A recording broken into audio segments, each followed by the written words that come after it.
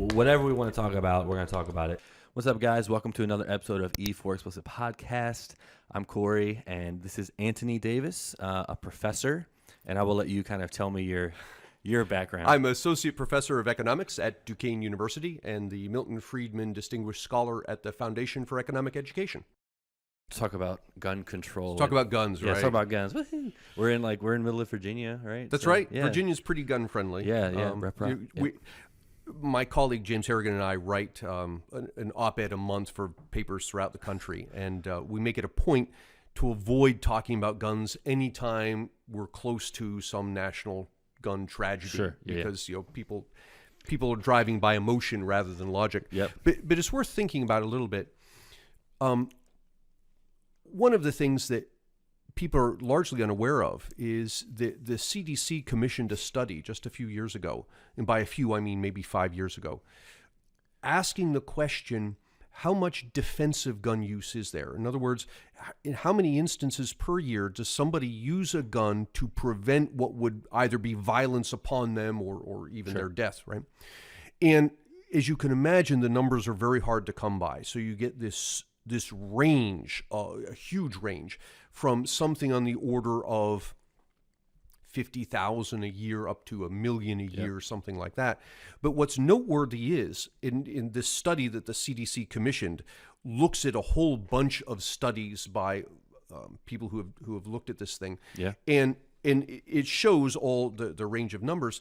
At the low end, in the worst case scenario, the number of defensive gun uses in this country equals the number of offensive uses, which indicates that if we could wave a magic wand and get rid of all the guns tomorrow, the people who are going to use guns illegally are going to find them anyway. Yes. And all you've done is you've disarmed the people who would defend themselves. So at the end, you're no better off than you were before. That's in the worst case scenario. In the best case scenario, the number of defensive gun uses far outweighs to like 10 times the number of offensive uses. Now, one of the things that people will point to is compare the United States to other countries in number of guns and number of gun fatalities. And you have to be very careful about these numbers. Firstly, if the numbers aren't on a per capita basis, they have no meaning. Sure. So, for example, yes, we have a lot of gun deaths in this country compared to, pick some other country, the UK. Okay, but we have a much larger population than the UK, so you would expect. Of course. So you have to look at the thing on a per capita basis. The other thing that you have to be very careful of is what matters isn't mass shootings. That is, it doesn't matter that 5 people were killed at once. If 5 people were killed, whether they were killed at once or in different places or over the course of a week, what I care is that 5 people were killed. Yeah. So mass shootings as opposed to shootings doesn't matter that much. More than that, firearm deaths compared to deaths, in my opinion, don't matter that much. What I really care about is how many times has somebody killed somebody else? That's what bothers me, period. Yep. I don't care whether you used a gun or a knife or a shoe. Sure. If you killed somebody, that's a problem. Yep. Now, if you look at the numbers for the United States, number of intentional homicides per capita compared to the amount of guns we have, and you do that for all the countries, what you find is the United States is not an outlier all of a sudden. Yeah. It's because the amount of guns that we do have. Right. We have a tremendous number of guns. 400 million, yeah. But the number of intentional homicides per capita is not out of the ordinary. Yes. That makes total sense, actually. And that's not to say, again, it's not to say that the homicides don't matter. It is to say that if you really care about stopping people from killing other people, as opposed to using the killings as an excuse to confiscate guns, if you really care about people killing people, then you should be looking at intentional homicides, and you should be asking the question, well, if they aren't correlated with gun ownership, sure, what are they correlated with? And go after that thing. No, you're right.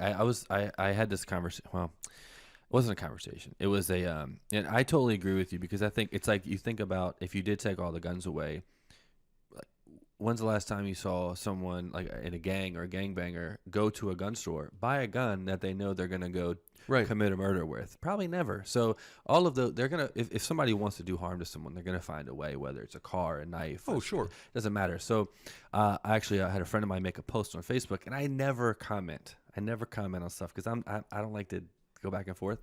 And it was like, America has a problem with white terrorists, like or white domestic terrorism, and I'm like, okay, well, so factually, I just didn't think that was accurate because the vast majority of mass shooters, especially in 2019, are not all white, because mass shootings, I think they clarify or define it as like 3 or more casualties in a public place, not including the perpetrator. Yeah, it depends. There's several definitions, but I think the FBI definition is 3 or maybe 4. Yeah, it's like 3 or 4. So it just like, it really kind of was like, well, my main goal was to like, we don't do this like race thing or whatever. It's like, if someone killed someone, that's a problem. Exactly. Right. Regardless of who did it, how they did it, whatever. And then so a female chimed in, and I didn't know who she was. And then she started dropping words like neo-Nazi and my white privilege and all these things. And I was like, let me think about it. Because I could totally drop some facts and knowledge on her, but I didn't want to go back and forth. So I instead extended to come on my podcast, and was like, you don't know my background. You don't know my history. You're just seeing my profile picture. Right. Have no clue what I've been through or anything. So anyway, so my point though is, it's not the guns per se, but like, I think social media has a major play in how we have this conversation. Because it's you say mass shootings and you just, everyone goes up in arms. It's like they're making it sound like, oh, it happens, it's more frequent than ever, and we act like no one's ever been murdered by guns before. Like, and here it's interesting to look at the numbers, because what people say, we have an epidemic of gun violence. Yes. We don't have an epidemic of gun violence. We have an epidemic of the reporting of gun violence. Yes. And you see it on the news, and of course you see it on the news, because what are they doing? Their goal is to sell eyeballs. They want to sell advertising if they can get you to watch the thing. Yep. So they're going to repeat all the bad news. What you don't see is the good news. Good news doesn't sell. Of course not. But if you step back and look at the numbers, and you can find this from the Bureau of Justice Statistics, the number of homicides, firearm homicides, so forget about homicides, this is homicide by gun, in the U.S. is down 50%, 50% since the 1990s. Yeah. And further, the number of crimes committed with a gun, whether the person's killed or not, that's down 80%. Yes. So the gun crimes and gun violence are declining precipitously in this country. Are there exceptions? Sure, there are exceptions, but generally speaking, it's declining. And one of the problems we have, I think we have 2 problems. One problem is, I blame on the media, not just the social media, but the mainstream media, 100%. of refusing to speak clearly. So the media will say things like, we should ban assault weapons. Well, assault weapon has no definition. Yeah. So what you get immediately is 2 sides. The control people think that the pro-gun people are just splitting hairs, because we say, well, assault weapon, what does this mean? It's cosmetic, this and that. And so the pro-control people think that the pro-gun people are trying to obfuscate by not engaging. We're going to split hairs on definitions.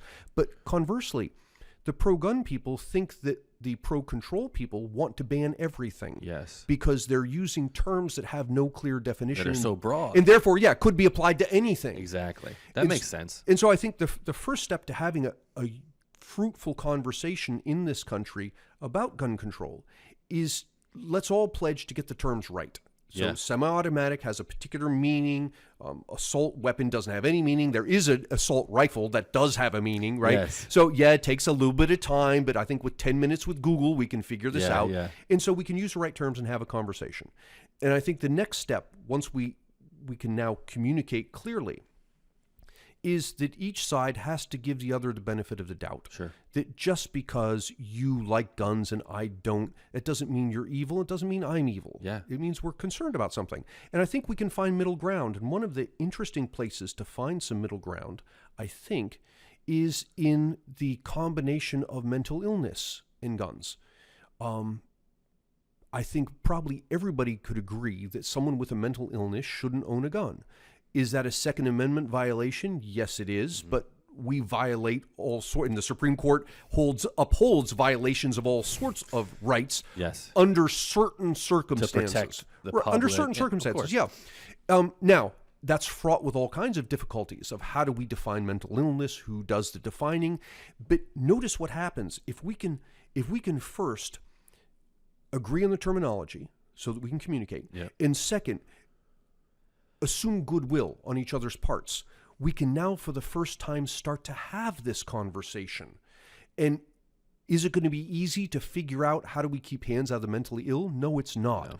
But at least we've got the groundwork that we can begin to try and work in that direction. No, you're right on the head, because two things. One that I've seen as far as the argument or the conversation that people try to have is, as a pro-gun person, I think that it's very much like the terminology is totally off. And then I don't think that more regulation or whatever means complete confiscation. I don't believe that. Right. But a lot of people that are pro-gun think that because, like you just said, the terminology is completely off. It's too broad, yeah. It's way too broad. So they think they just want to pull in Australia and do a whole, mandatory buyback.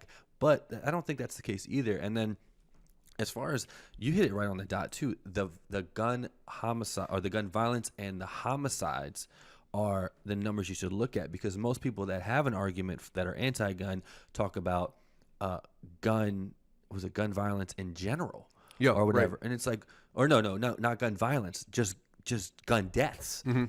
Yeah, which includes suicide. Are suicide. Yeah, exactly. Yeah. That's my point. Is like you got to get your facts like make sure we're all talking about the same thing at the same time. And this is important to underline. The suicides, I believe, are somewhere around 2/3 to 3/4 of all of gun deaths. Yes, it's like 70-some%. Yeah, it's the insane. vast majority of gun deaths are people killing themselves. Exactly. Yeah. So whether that's a part of the mental illness, why should they? That's irrelevant. But like that's my point. Is like the majority of we need to specifically talk about one thing, and that's gun homicide, gun violence on someone else. Right. Not myself, because that is a huge amount of people when it comes to suicide. That's actually perfectly. I wish everyone could kind of have that conversation. And I'm not excited because whether you're pro-gun, I'm pro. It's not even like that. It's like terminology has to be on point, because you're right. If you're talking about an assault ban or assault rifle, it's like, what gun are you talking about? Like the AR-15. There's no way to get a fully automatic weapon. Right.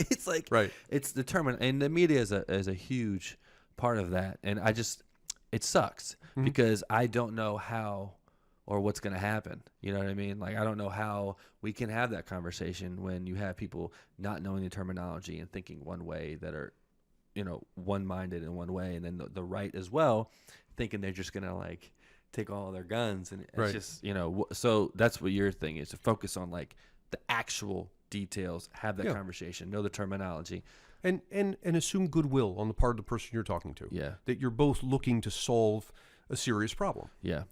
You mentioned Australia, and that's worth noting in passing. Yes. Of course, Australia, whenever it was 1996 thereabouts, banned. They actually more than banned, they confiscated. And I don't know if it was all firearms or long guns in particular. Mandatory buyback. Mandatory buyback. Yeah. And if you look at the numbers, what you find is in the 4 years after that, the number of gun homicides drops. But the number of knife homicides rises. Like in England, almost the same rate. And so all you're doing is you're back to the thing of you're switching what it is you're committing the crime with. Yes. It's like in England, they had I think it was 33,000 knife attacks, right? Yeah. And it's like you said, just like with the drug thing. If somebody, the cartels, if somebody wants to do something, they will find a way to do it. Like they say, oh, well, are we going to ban cars because cars kill more people every year than guns or anything, really? And I think when it comes to killing other people, you're absolutely right. If I'm intent on killing somebody, you take away my gun, I'm going to find something else. Exactly. I'll find a way to kill the person. The place where it makes a difference, this goes back to the issue of mental health, is in suicide. Because in suicide, the gun is something that with which I can kill myself quickly, definitively. Yes. And there's no opportunity to turn back and say, I don't think I'll do this. Yeah. For example, as an alternative, I'm going to lock myself with a running car in my garage. You think about it. I've got time to think about it. Yeah. And so from that perspective, I'll admit quite rightly that guns are a problem when combined with people who are suicidal. It makes it way too easy. It does. You know what? You hit on a really close point. Actually, I had a really good friend this year commit suicide, and I had another friend of mine, Rocco Kazaza. He's on the podcast a lot. He said, because my friend who committed suicide was a big gun person, so I thought when I heard that he killed himself that he used a gun, and I'm like, oh man, like that must have been crazy, whatever. He actually hung himself. He's a 200+ pound big dude. His grandpa found him. It was very, very like I couldn't even imagine. But I'm thinking like a gun, like you said, is like quick and over. But like when you're tying up a rope, you've got a lot of time to think about it. Like that even to me even is.